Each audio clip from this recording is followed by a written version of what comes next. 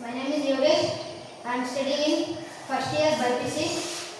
ముందుగా ISKCON temple వారికి నా ధన్యవాదాలు. మాకు ఇలాంటి ప్రోగ్రామ్ కండక్ట్ చేసినందుకు వారికి నా హృదయపూర్వక ధన్యవాదాలు తెలుపుతున్నాను. మాకు ముందుగా టాపిక్స్ వచ్చేసి నేల కాలుష్యం, వాయు కాలుష్యం, అలాగే నీటి కాలుష్యం. ముందుగా మనము ప్రకృతి గురించి మాట్లాడుకుంటే ప్రకృతి అనేది మనకు సహజసిద్ధమైనది.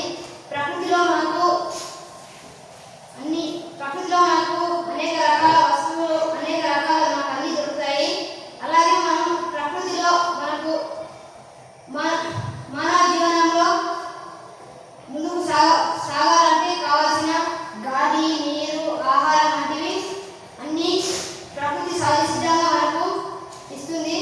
మనం ముందుగా చూసుకుంటే గాలి కాలుష్యం, వాయు కాలుష్యం. వాయు కాలుష్యం అనేది గాలి అనేది మానవ మనుగడలో ముఖ్యమైన వనరు. మనము ఆ గాలిని కాలుష్యం చేస్తున్నాము. అలా కాలుష్యం చేయడం వలన మనకు హానికరమైన రోగాలు వస్తాయి. మనము గాలిని చాలా రకాలుగా కాలుష్యం చేస్తున్నాము. ఉదాహరణకు మనము ఎక్కడికైనా వెళ్ళాలంటే మనము వాహనాల పైన వెళ్తాము. వాహనాల సైలెన్సర్ నుంచి కార్బన్ మోనాక్సైడ్ అనే CO2 కార్బన్ మోనాక్సైడ్ అనే వాయువు వెలువడుతుంది. అది మనం పీల్చుకోవడం వల్ల మనకు హానికరమైన రోగాలు రావడం జరుగుతుంది. అలాగే మన చుట్టుపక్కల ఫ్యాక్టరీస్ నిర్మిస్తాము. మన చుట్టుపక్కల సిటీలలో ఫ్యాక్టరీస్ నుంచి వచ్చే పొగ అక్కడ ఉన్న సిటీలో ఉన్న అందరూ పీల్చుకొని వాళ్ళు అనారోగ్యాల బారిన పడతారు. అందువలన మనము స్వచ్ఛమైన గాలిని పీల్చుకోవాలంటే మనము గాలిని కాలుష్యం చేయవద్దు. అలాగే మనము చెట్లను నరకకుండా చెట్లను నాటాలి. చెట్లను నాటడం వల్ల మనకు వర్షాలు బాగా పడతాయి. అలాగే గాలి కూడా చాలా వస్తుంది.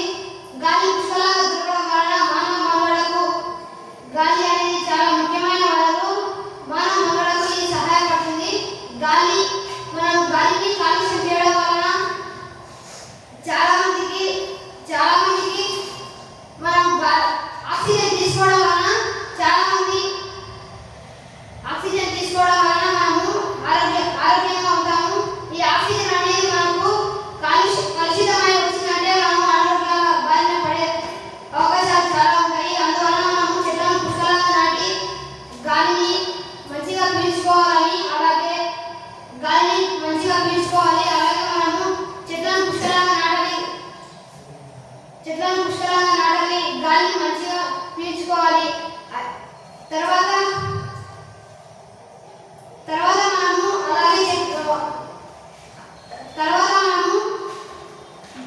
మనము గాలిని చాలా రకాలుగా కాలుష్యం చేస్తున్నాము. ఉదాహరణకు వచ్చేసి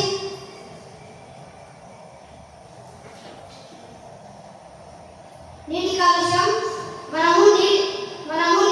నీటి మానవ మనుగడలో చాలా ముఖ్యమైన వనరు. నీటిని మనము చాలా పొదుపుగా వాడుకోవాలి. అలాంటి నీటిని మనము చాలా రకాలుగా వృధా చేస్తున్నాము.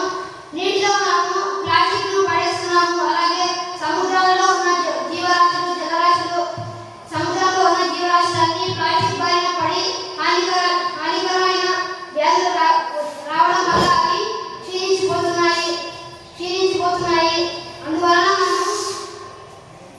ప్లాస్టిక్ను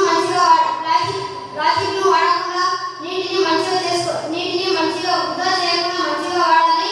నీటిలో మనము ప్లాస్టిక్ వేయడం వల్ల కొన్ని సంవత్సరాల వరకు నీటిలో ప్లాస్టిక్ కలుషితం అవ్వదు. కొన్ని సంవత్సరాల వరకు నీటిలో ప్లాస్టిక్ కలుషితం అవ్వదు.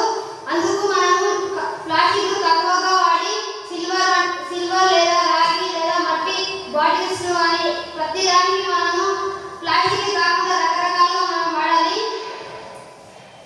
తర్వాత వచ్చేసి మనము ప్లాస్టిక్ బ్యాగులను చాలా వాడుతున్నాము. అలా ప్లాస్టిక్ బ్యాగులలో ఏదైనా తీసుకొని వెళ్ళినప్పుడు ఆ తర్వాత తీసిన దాన్ని ఎక్కడంటే అక్కడ పడేయడం వల్ల అది నేలలో కలిసిపోయి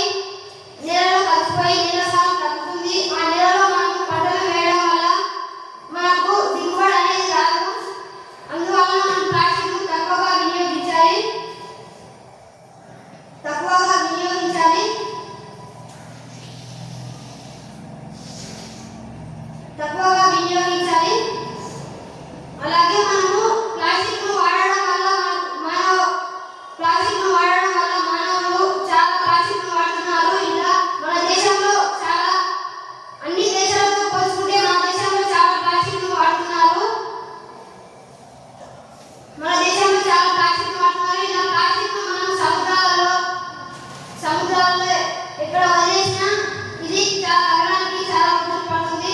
అలాగే చేపల పెంపకం చేస్తున్నారు. చేపల పెంపకంలోని చేపలు పెరగడానికి రకరకాల రసాయన ఆహారం వాడతారు. ఆ నీళ్లు సముద్రాల్లోకి కాలువలోకి కలిసిపోయి నీళ్లు కాలుష్యం అవుతుంది. అలాగే ఇప్పుడు తర్వాత సాయిల్ పొల్యూషన్, నేల కాలుష్యం. మనము నేలను ఎంత మంచిగా ఉంచుకుంటామో మనము అంతే రకంగా దాన్ని కలుషితం చేస్తున్నాము.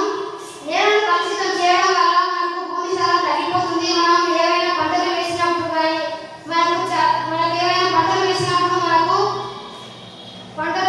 మనకు పంట దిగుబడి అనేది తక్కువగా రావడం.